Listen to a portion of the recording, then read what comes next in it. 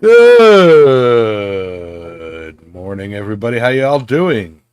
In the chat, we've got Turtle Dust, Stephen Parsons, Transcendental Artist Studios, Speargrass, Jack Pines. I'm sorry, I've got a flashlight right here shining on my face because otherwise it's like really dark. So, you know, I was having trouble reading the chat. Anyway, good morning. How y'all doing? We have got a fun little show today. We're talking with everybody because what up, Grandaz? Um, and I know it's Grandaz because I've got your shirt. Um, but yeah, so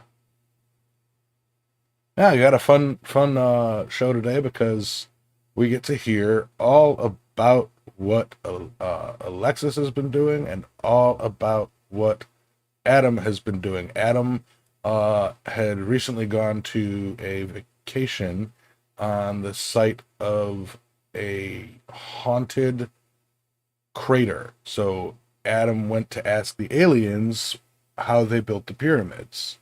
That's what I took from what he said. Thank you, Turtle Dust. And yes, it is my birthday. Um, I am now 183 years old, and that's the way I like it. But anyway, so yeah, and of course, hello to all the lurkers out there who aren't chatting it up. What up? What up?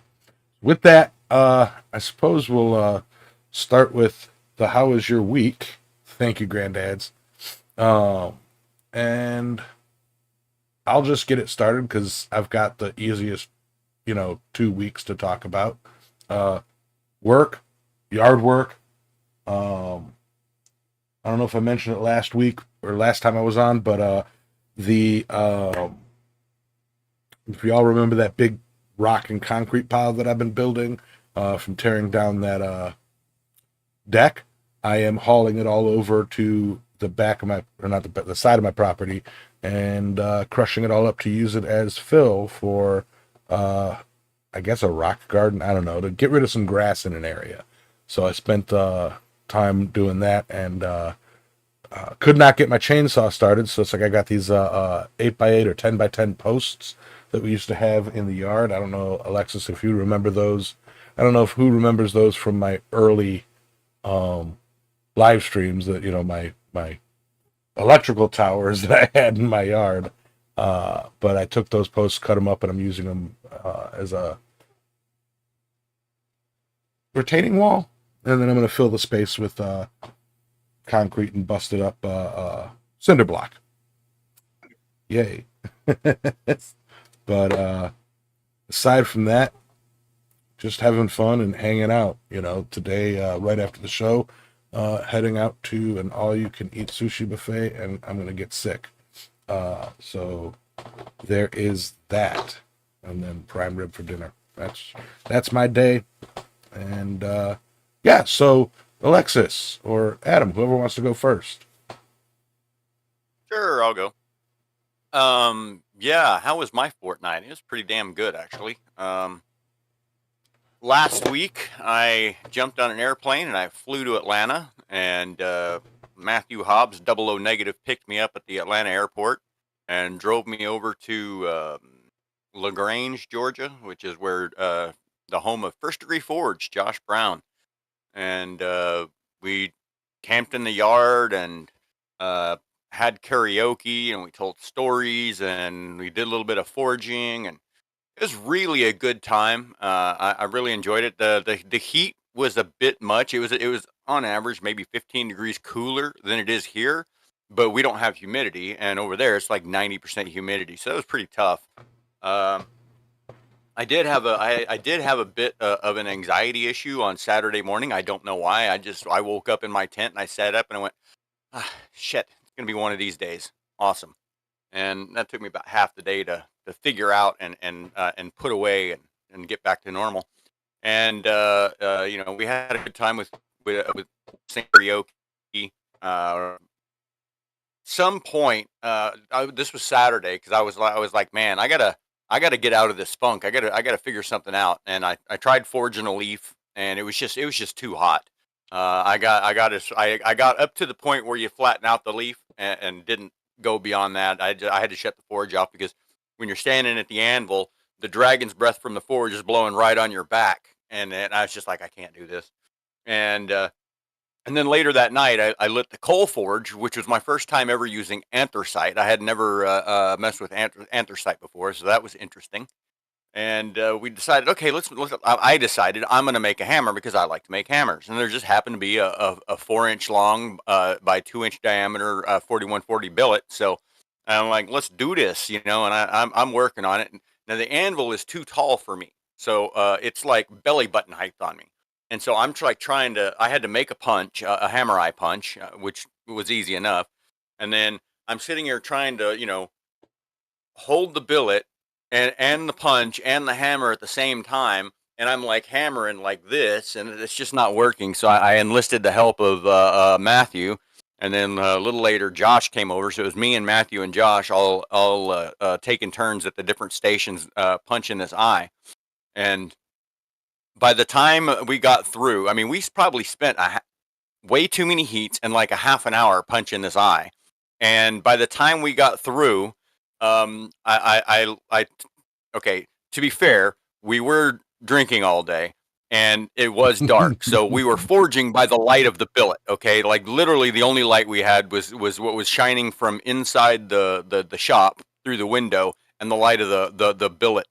And so by the time we got it punched, the it was, like that. It was bad.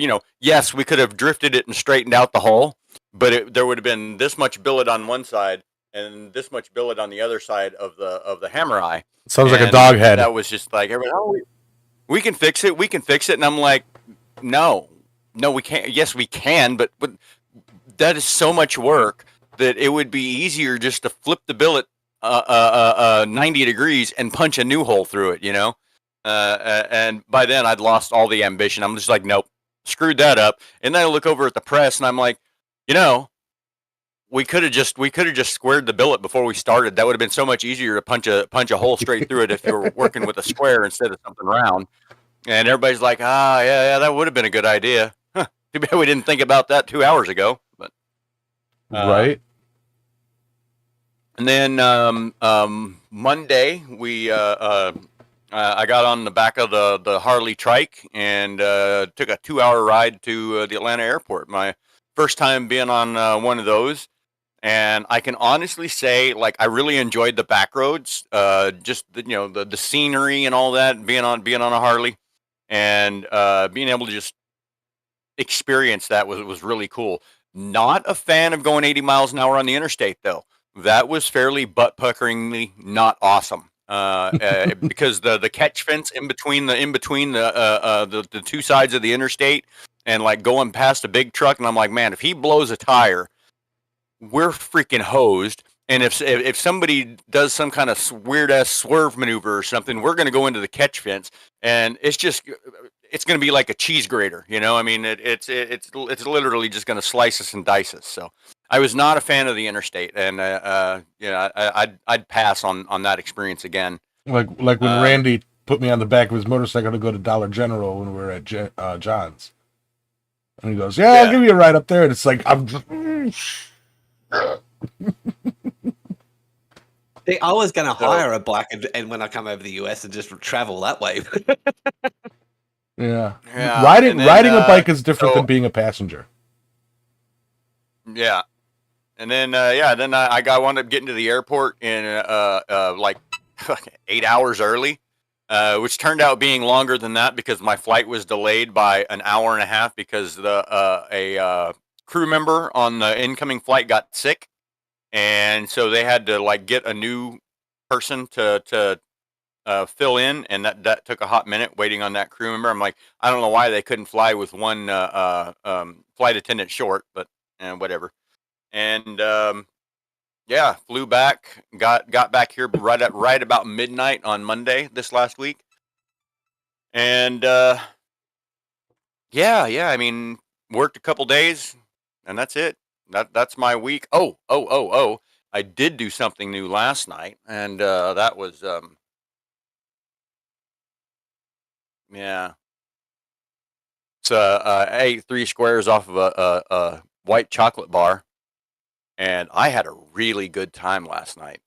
I had a really good time. I went to bed about 1 o'clock in the morning, and I was still going, "Oh, my fingers feel so neat." So that was fun. Uh, uh, Not necessarily something I want to do all the time, but it's a little pricey, but it's fun. That was my fortnight, and it was fairly eventful this time. Adam, how was your month? My month has been good, so I'm going to start with something really fun, and particularly since Paul Fontanini has joined us. Hi, Paul. I'm pretty sure Paul was the one that had this last, and I didn't even tell Yamez and Alexis that this is now in my possession. It has returned. It has arrived. Hang on, I'm trying to get it out of the box. It has arrived. Nice. So I now have the Forge Around the World book. It's actually really pretty. This is my first time properly looking at it. I kind of left it in the box just in case. But yeah, I have the Forge Around the World book with the plate with all the current ones on there. So this for people that are listening to this later, and also for people that are in the chat, sorry. If you're in Australia and you want to add to the Forge Around the World book, let me know so I can send you the plate. I won't send the whole book. I'll keep the whole book here.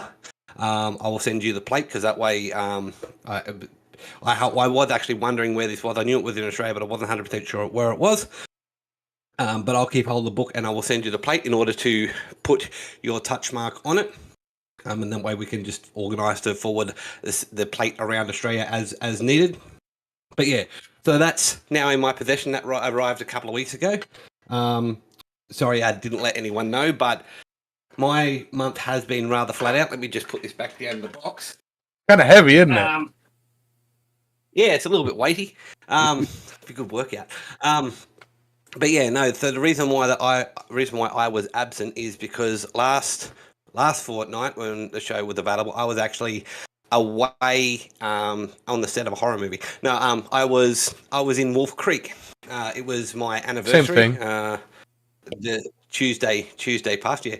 It was my anniversary Tuesday fortnight ago. So in the weekend leading up to it, my wife decided with a friend of hers that she wanted to go camping. So we packed up on. It was a long weekend for us. It was Darwin race day, picnic day.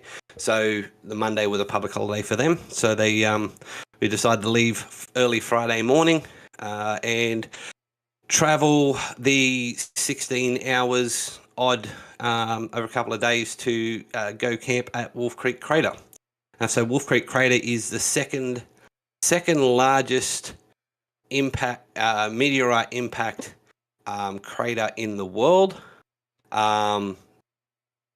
After I think there's one land-based impact crater in the world.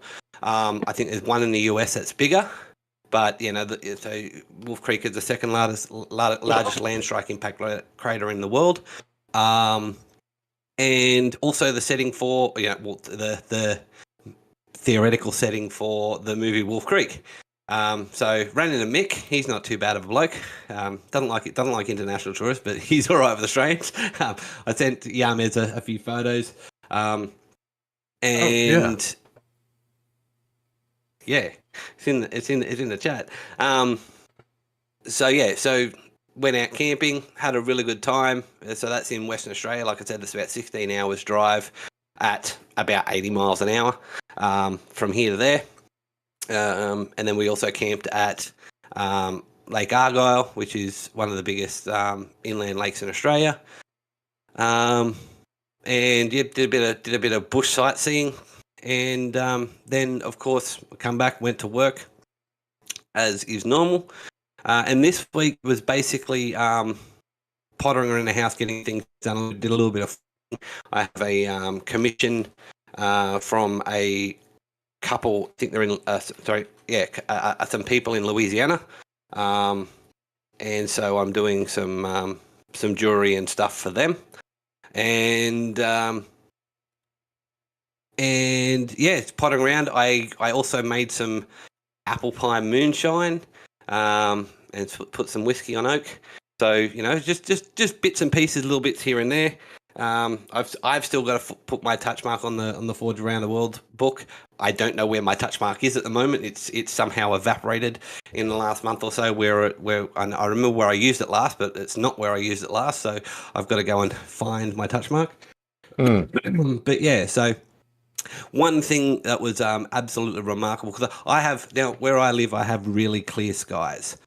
We don't have much light pollution where I am, but being so the Wolf Creek Crater is located on the edge of the Simpson Desert, and they're being so far away from any populated center, the absolute awe-inspiring sky that it provides. I couldn't get a photo of the nighttime, but as you can see, it's very flat landscape. It's a desert. There's still apparently it's been raining there recently. It was raining there recently, so the crater had water in it, and so did a lot of the creeks going through it. But it is still it's a red sand desert. So that was a friendly little bird that joined us on the one of the camping spots. But yeah, so the absolute amazing night sky that was out there was incredible. Like even looking up here, but looking at it in the middle of a desert with absolutely no one around is an entirely different thing. So it was really good fun. The wife had a great time, which was the most important thing. We swagged it. I don't know if you guys have anything similar to a swag. So I got swag. A swag is it's not got swag. A swag is a sleeping roll that is generally a thin foam mattress covered in canvas that's generally waterproof. So that and it's very warm. Usually, it's basically like a portable bed that you roll up. That's me and the wife in front of the WA sign, and then a sign about good old Mick and taking different tracks and not getting stuck.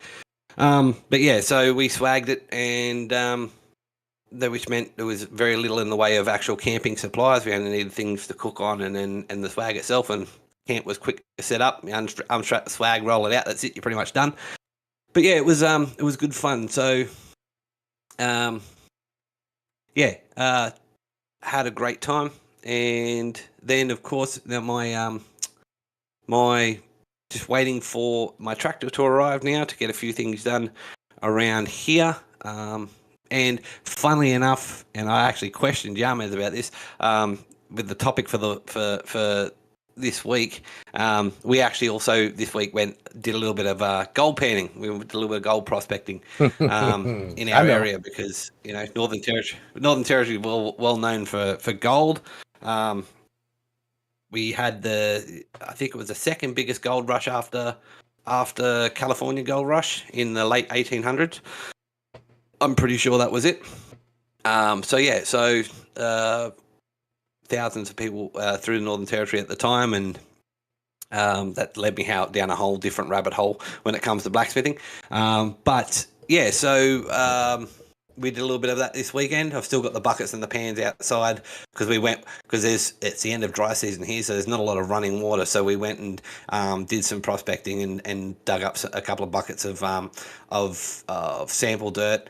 And brought it back in order to pan it out at home, because it was, like I said, trying to pan at the creek when there's no water is completely useless. So, I think there was an Arizona gold rush. Yeah, they do in Arizona. They do dry panning.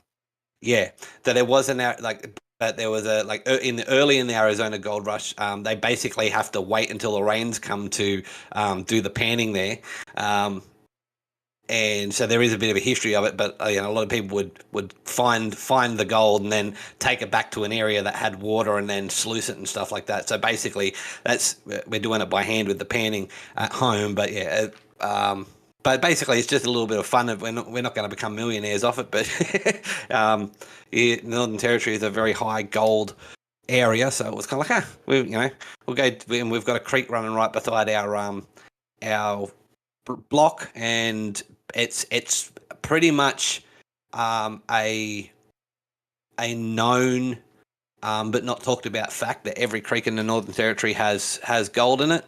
It's just a matter of finding it. So it's kind of, well, we've got a creek, we don't have to go far, and so we'll load up the ute and go get a couple of buckets of dirt and have a go and have some fun. And of course, the wife really likes crystals, so she took that as an opportunity to go searching through all the stuff that we sieved out for any nice crystals, and she found a piece of jasper and all that type of thing. So that's like I said, as long as she's having fun, that's all. That's what it's about. So yeah, that's pretty much it. And g'day, Dustin Dixon from Wolfpack Forge, and Eric, hello, thank you for joining us. Howdy. So yeah. Let's get on to the topic of the week. Hey, Yamez. Topic of the week. I know what you're doing. Yeah. Okay. I knew that Speargrass was panning for gold before he told me, and he's wondering how I knew that, and I am declining to say how I knew that because I'm not sharing all of my secrets. I will teach you everything you need to know, but I'm not going to teach you everything I know because then your brain would explode. No, I'm just kidding.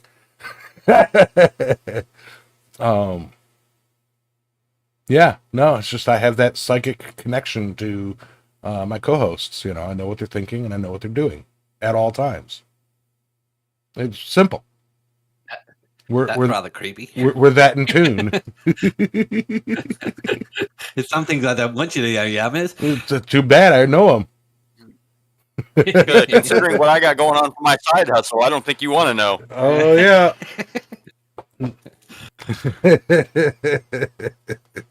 I have trouble sleeping at night, chat. I have trouble sleeping at night. But yeah. I'm serious. What brought you to this topic? What? It was the fact that you went gold panning. I didn't. It was not. What brought you to this topic, Yamez? Why are you suddenly interested in gold panning? Because you went gold panning.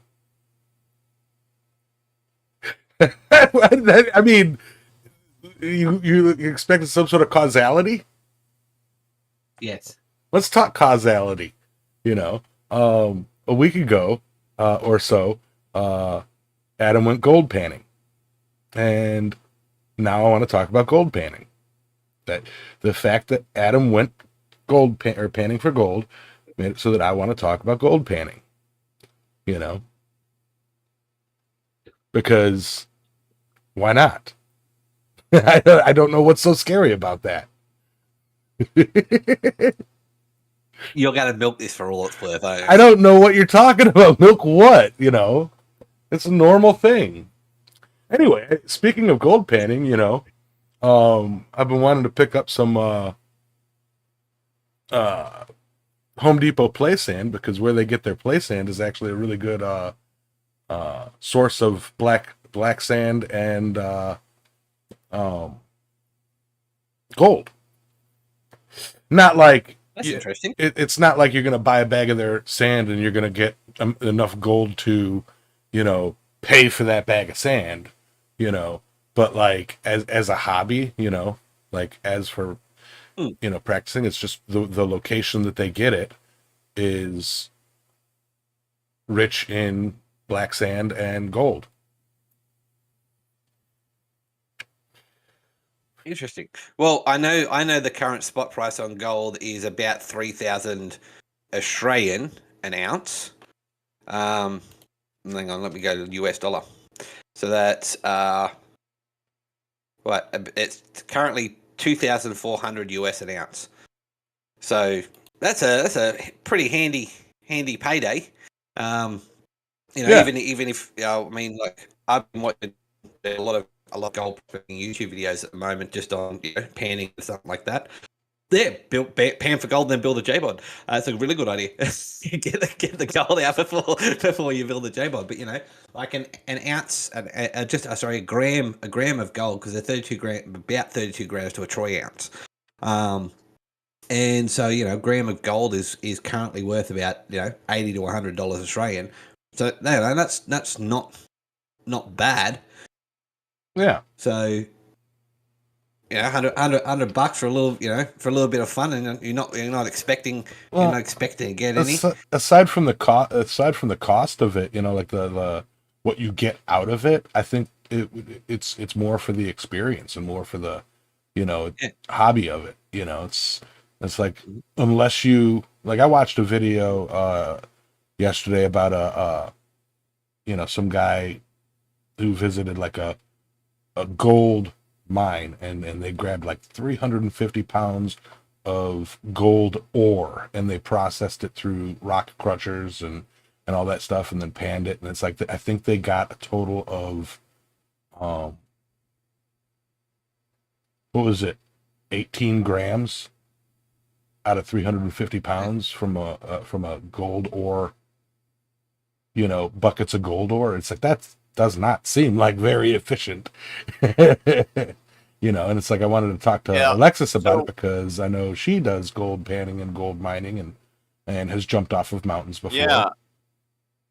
Yeah. So the mines that I had were they were assayed at probably, what was it? Maybe an ounce to the ton. And then the guy on the other side of the mountain from me, Bob Ross, he has the Bessie G, which is the longest continuously operating gold mine in the world. It's been in continuous operation since 1866, I think, something like that. And he is pulling 27 ounces to the ton. He's got some really good stopes in there. Mine was just the other Bob Ross, but anyways, so anything to be commercially viable, like for a company to come in and do it, 10 ounces to the ton is like a minimum to that's break even. 10 ounces to the ton is break even, and more than that is profit. So I have probably toted and processed over the course of 10 years, when I was actively prospecting and mining. I've probably processed about a ton of material, and I have probably collected in total about an ounce of gold. And I still have sand that I haven't processed. I have some of that sand here from the Mayday mine in Colorado. I don't know why. I have a Ziploc bag with concentrates underneath my sink behind me. But I have like a whole stack of classifiers, which are like basically pans with holes in them, gradually getting smaller. So my classifiers go all the way from half inch, which is 2 mesh, all the way down to 400 mesh. And so I can separate all of my material into these different sizes, so that the gold is, you don't, like, big rocks way heavier than small pieces of gold. So you want all your material to be close to the same size. And then I got 6 or 7 different style of gold pans, and I've got a spiral wheel, which is freaking awesome, especially when you recover with mercury. And then I've got a sluice box for actually putting in a river. And I almost got a dredge when I was actively prospecting, but the $2,000 I would have had to put out for a decent dredge was kind of outside of my wheelhouse at the time. So I always just did it manually, and had a really good time with it. I had more fun hard rock mining inside the mountain than I did like down in the creek digging up dirt. Although digging up dirt in the creek paid better. I mean, it didn't pay anything because I've never sold any of my metal, but it was more. I got more gold out of the creek than I ever got out of the mountain. But it was more fun to dig out the tellurides of gold, and then crush them and roast them and and all that. That to me that was just more fun. And so yeah, now I live in Texas where there is no private land, and I mean there's no public land, and so like all of my equipment is basically useless and just like stacked up in the corner of my garage For now. for now. Yeah. I'll take it. I'll bring it. I'll bring it all with me when I immigrate to Australia. Well, particularly if you come to NT, because here in Northern Territory, you don't need a license or anything like that to fossick, to just go hunting for gold. If you're on Crown land, you don't even have to get permission. You can just go, like, particularly, so most of the main roads and stuff like that are classified as Crown land or council land. So you can go fossick in the creeks just off the side of the roads and stuff like that for no problems. Of course, we do have mining leases and stuff like that here in Northern Territory. So for an unclaimed exploration lease, you just need to let the mining department know you're going fossicking. And you can fossick on private land with 7 days notice from the landowner, and just have to have that permission. Say on cattle stations and stuff like that, you contact the owners or the managers of the cattle station and say, hey, look, I'd like to come out and do some gold prospecting, or panning, or waving a metal detector around your land, and see if I can find some gold. Is that okay? And if they say yes, then you can go out and do it, no problem. You don't need a license or anything like that. So yeah, it's I think I'm pretty sure the law is that you can take up to 100 grams per day per person. Although finding that much gold would be absolutely ridiculous. But Right. that's 3 ounces of gold a day. But yeah, so and that's just from my cursory understanding of the legislation regarding it. It doesn't say specifically per day, but it also doesn't specifically say per year or per month or anything like that. So it just says like any prospector is allowed to have 100 grams. So I've interpreted it as per day because it doesn't classify that. So yeah, so it's so if you come here, Alexis, but it's that prospecting is manual only. So you're now not allowed to use any powered pumps or generators or anything like that in order to process gold. It is only manual equipment only. I think I'm gonna start digging up my yard. Yeah, but I mean, one thing I have learned, and of course this is just research and stuff like that, and I'm sure there's people in the chat and people like Alexis that would know much better.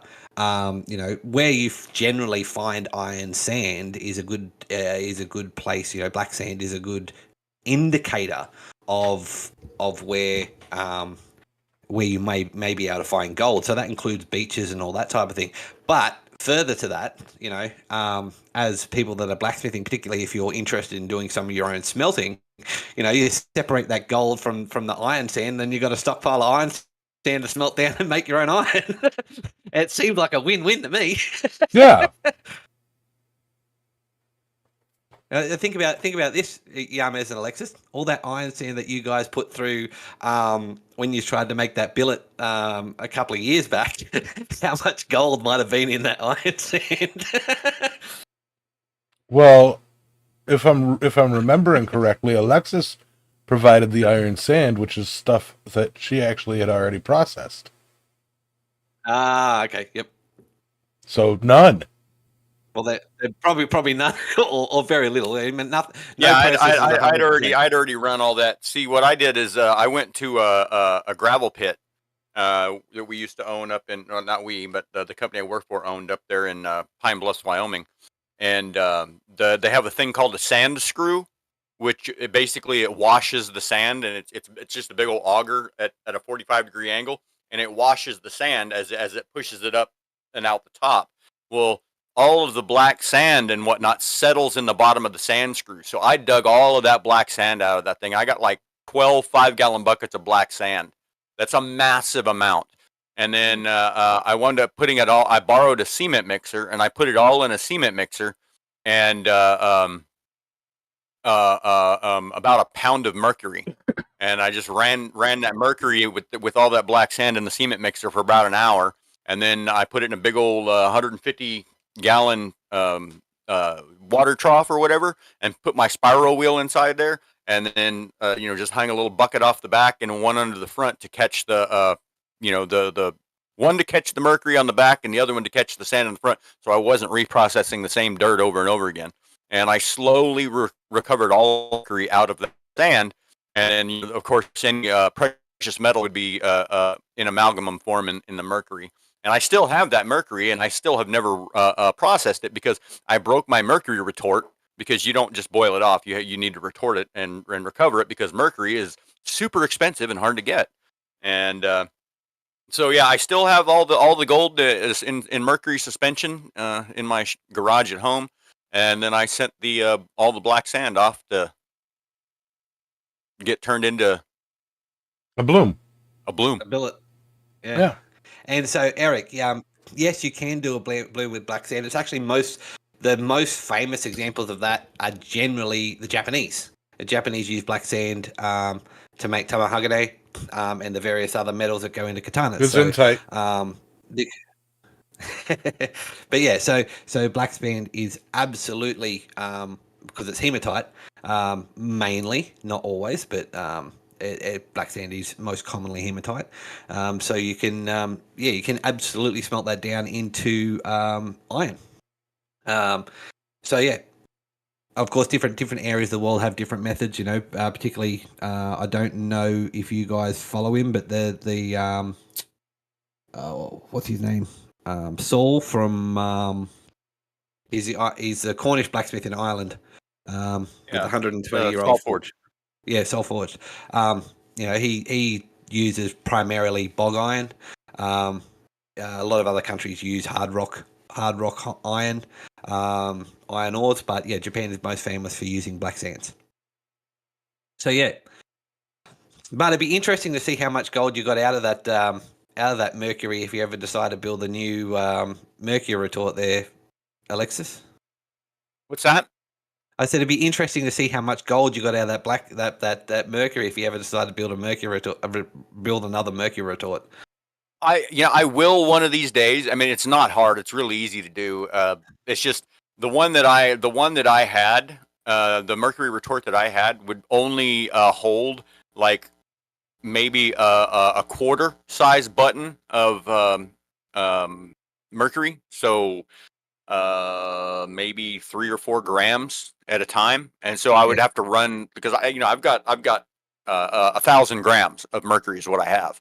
And yeah, it would take me a whole lot of effort to run that, and so I definitely need to build something a little bit bigger.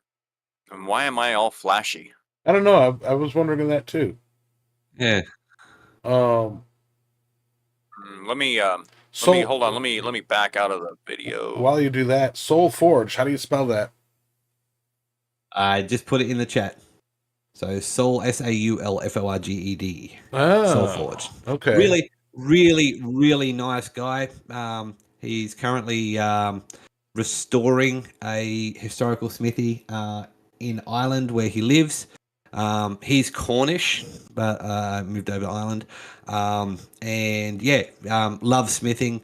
Building up a decent following on Instagram. But yeah, no, he mainly uses bog iron. Thank you, Ben. But also does a lot of jewelry and stuff like that. He's definitely an artisanal smith. He has worked on forging hammers. He's recently done the first lot of bog iron hammers in Ireland in like 120 years or something like that. So yeah, it's and I've been on some of his lives on Instagram and stuff like that just to have a chat with him. Furthering the international family of smithing. I was going to say brotherhood, but it's a little bit exclusive. So, international family of smithing. So yeah, and he looks a bit like a pirate, so it really fits into the aesthetic that I'm known for as well. So yeah, Yarg, yarg, exactly. Yarg. Yarg. Yeah. And of course, he does play on that pirate aesthetic a little bit because he is a Cornishman, which was Cornwall was the was basically where a lot of the pirates and pirate ships originated. There's a lot of famous pirates and pirate ships that came out of Cornwall in the golden age of piracy. So I believe that's also where Edward Teach came from, which of course everyone knows that's Blackbeard. He was suspected to have come from Cornwall. Yeah, I think everybody wants to claim Edward Teach. But yes, so so that's Sawforge. But yeah, so like I said, different types of iron.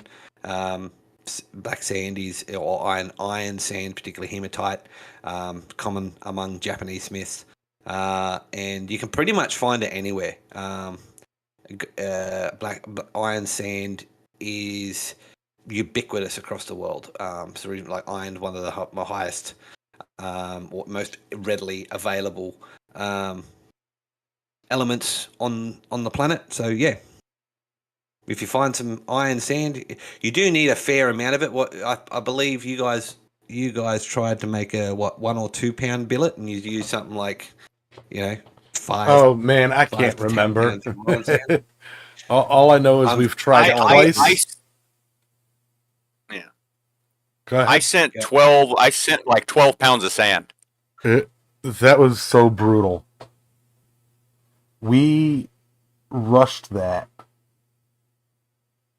and both times we did it, we did the best we could to check our temperatures.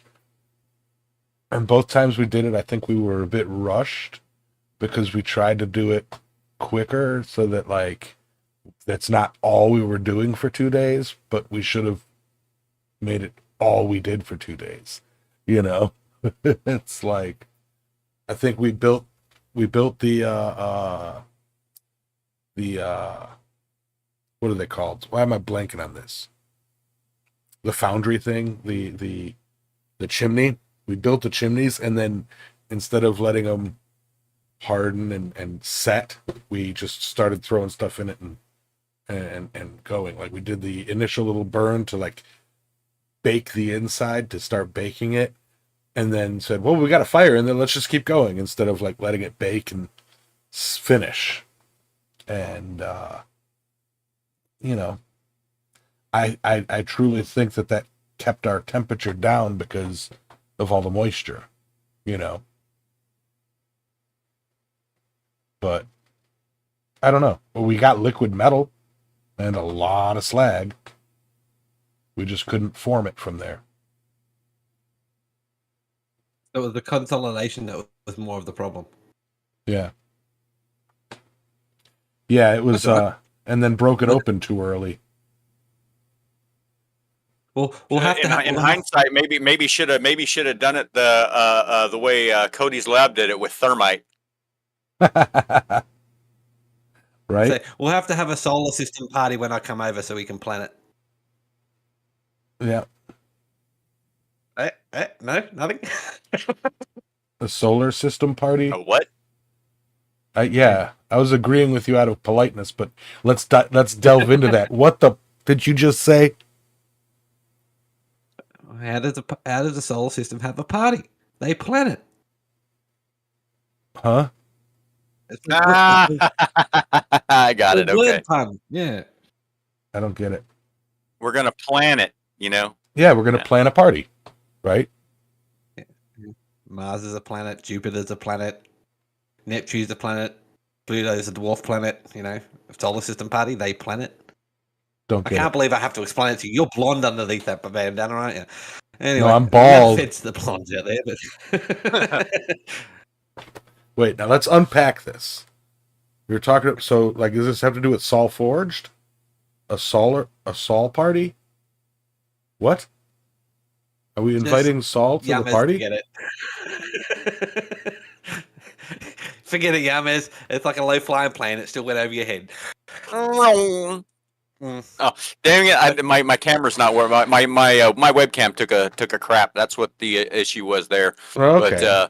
But if you can imagine, I went and the hand over the top of the head like the peanut character, Or a Prius. Nope.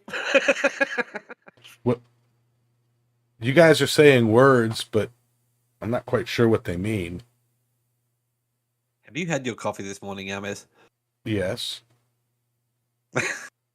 He did try the coffee enema though. So I've had it both ways. the best part of waking up. Folgers in your butt. Oh my Anyway. God, and that's where Tim would walk in. What are you doing? But yeah, so anyway, moving on. Back to gold. Yeah, no, so the little bit of panning I've done, I've got about 0.3 of a gram at the moment, and a little bit of black sand. The creek, the one bucket I've got about a quarter of the way through at the moment, isn't very rich, so that's all right. It was just to practice. It was my first time since I was like 14 that I've done any panning. Because of course I grew up in a gold mining region where the actual Northern Territory gold rush was, and it was very rich there. But yeah, so it's the first time I've actually done any panning since I was like 14. So I was since before I started blacksmithing. But yeah, so I just to get back a little bit of practice, and if it was kind of like, well, if I turn anything up, great. If I don't, well, then either there's nothing in it or I need more practice. But I got some very, very fine, a little bit of very fine flour gold. So that was interesting, and yeah, keeps me motivated to do it some more. And I intend, so where I grew up, my parents still own some property, so I intend on at some time within the next 12 months doing a bit of trip down there and collect, because so my first, and this going back, this is how for me it ties into blacksmithing. So my very first anvil or anvil lac object was actually the stamp from a hard rock gold battery. So back in the and this was I think the gold stamp dated to 1877. So yeah, so what they basically did in order to crush the rock, they had these steel weights on the bottom of lifters, and they literally put the ore in, and these lifters would come up and down and just crush them.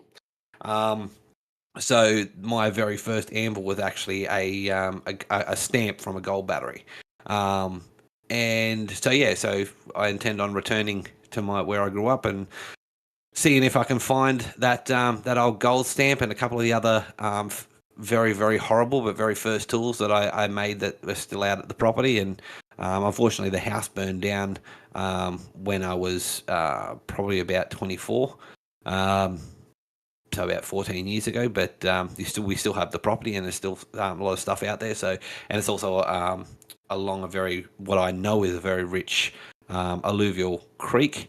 So go out there, do some prospecting, and go camping and collect a few of the historical but also very sentimental things that I've got out there.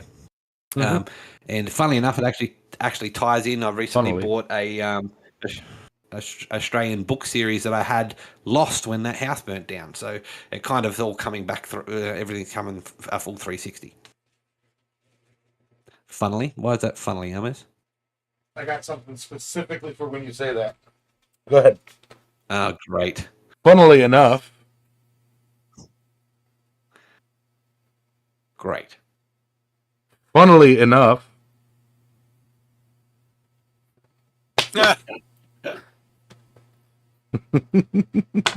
Funnily enough. Now that's funny. I don't know that whole Sol Forged party planning thing that you're talking about, but funnily enough works. That does work. That's a good word. Congratulations. Shut up, Ben.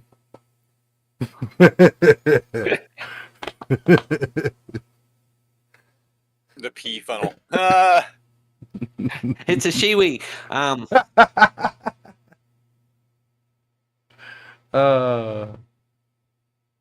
No, it's So I've had a good time, and look, it's a really cheap and easy hobby. Let's be honest, like gold prospecting. Okay, I mean you can go the route that Alexis has, of course, and get all the fancy bobs and whistles and doodahs. But really, all you essentially need is a gold pan, and A shovel and a some bucket. sort of classifier. Yeah, a gold pan. We don't even need a bucket. Gold pan, a shovel, and a classifier, so you can get rid of the larger rocks. It makes it easier. I've seen people gold pan with the tops of garbage bin lids or trash can lids. I've seen people gold pan in a wok. All sorts of really weird and wonderful things. You know?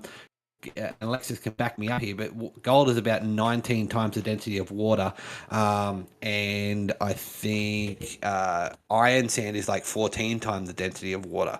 So gold 12 times the density of water. So gold is nearly double the density of iron sand. So it separates relatively easy from, settles to the bottom relatively easy of when you're panning. So and if you get, particularly if you've got kids and stuff like that, or a loved one that likes to be outdoors, it's a really easy and simple hobby just to, hey, let's go for a walk down, or park up and go for a walk down this creek or this river or whatnot and have a look. Doesn't cost any, or might cost you $10 or $15 in pans, and that's about it. Yeah, there you go. Ben's got gold pans in his and a magnet for magnet fishing. Exactly, it's nice and quick and easy. And gold pans are light. There you go. I will probably end up buying a gold pan when I first get into Texas.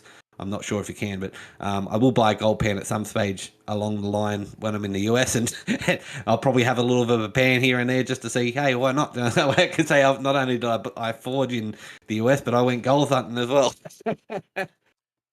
Would that I'm definitely not going to strike it. I kind of wonder about that. Because if you come to another country and take its resources, isn't that like an act of war, invading and stuff like that? Like, I mean, are you going to be the Australian invasion?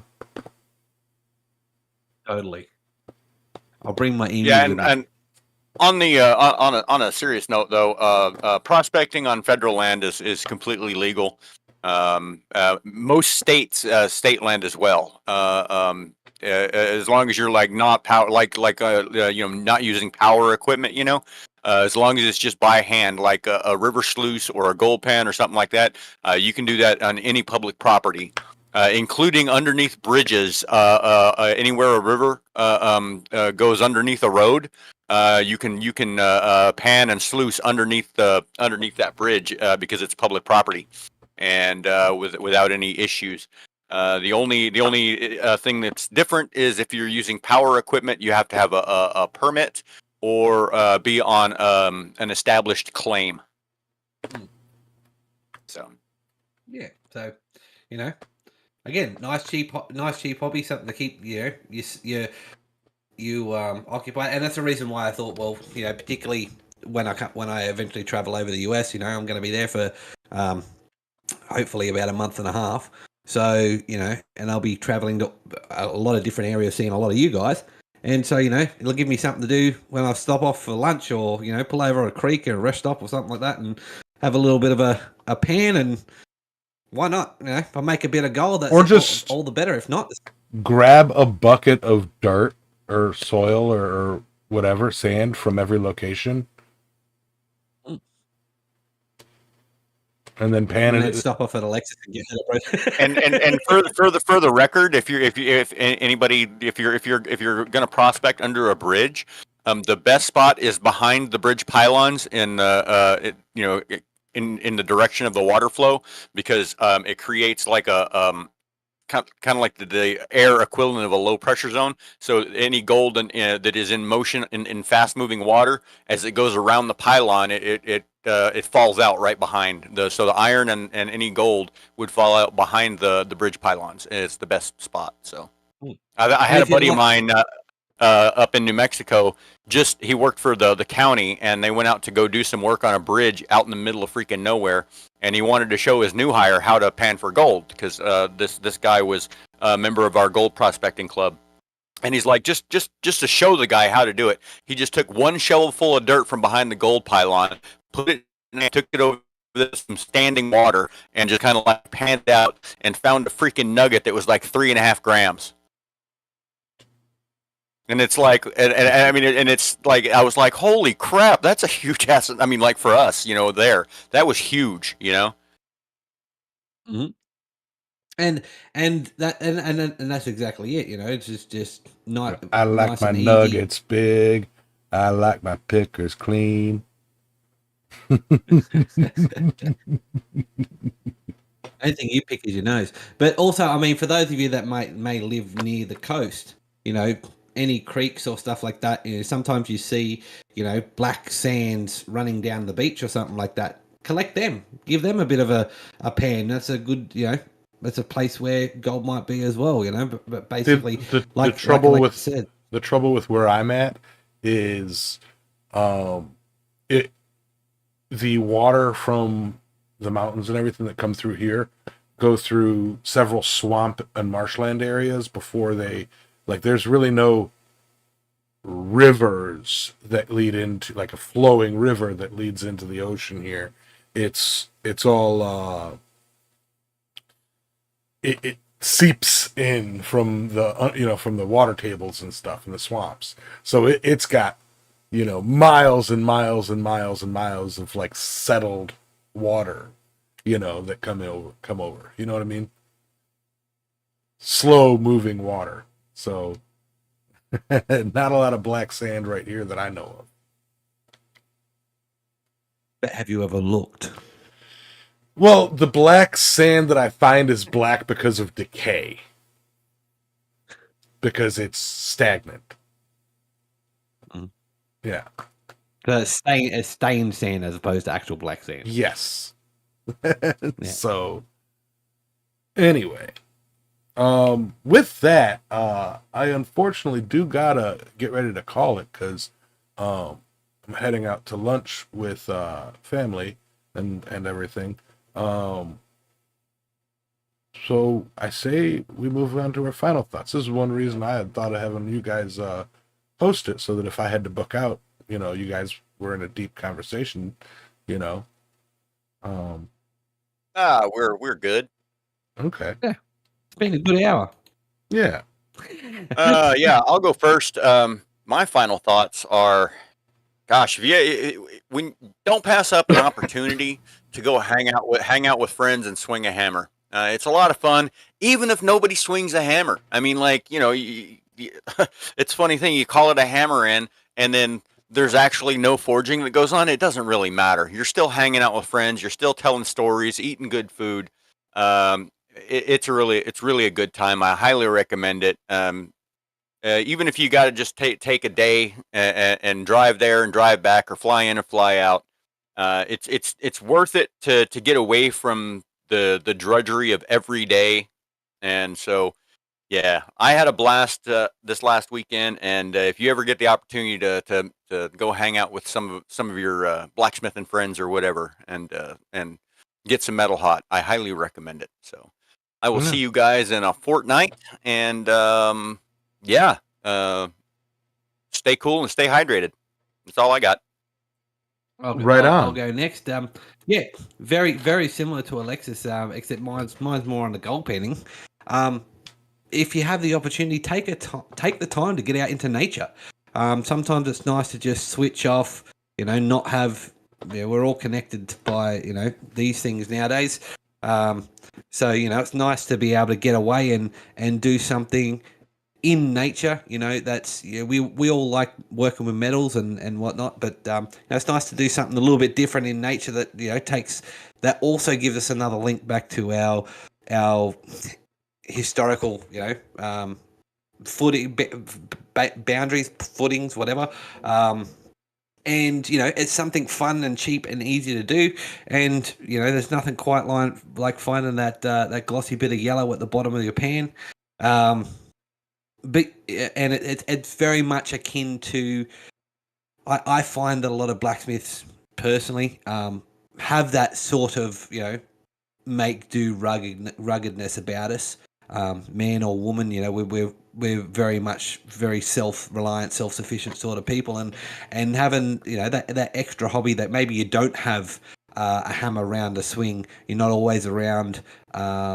You're not always around a forge to be able to do something like that. So having a pan in the back of the car just to be able to stop off and do a couple of pans at lunchtime or something like that is a good little extra thing to do. So get out there, spend some time in nature. If you have the ability, go find some gold. And if not, make sure you swing that hammer, keep safe, make sure you wear your safety glasses. And I'll hand it over to Yamas, and I'll see you in a fortnight.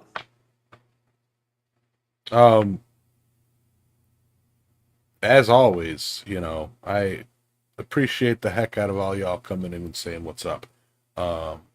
Everybody hanging out. It was really, really good to see the Forge Around the World book again. And I'm glad that it's out in the world and doing its thing. I never intended for it to be controlled by me. So I literally had to stop even thinking about it, because it would be a constant, where's it at? Send it here, send it there. It's like, well, let it do its thing. It may take a while, but it'll get there in the end. And I'm gonna grab a garbage pan lid. I got a pile of sand, and I'm gonna go at it. Funnily enough, and as I'll not share my secrets on how I knew Adam was gold panning. I will say that I do know people who have access to satellites, and I knew he was going to be at Wolf Creek. That's all I can say. I didn't pan at Wolf Creek.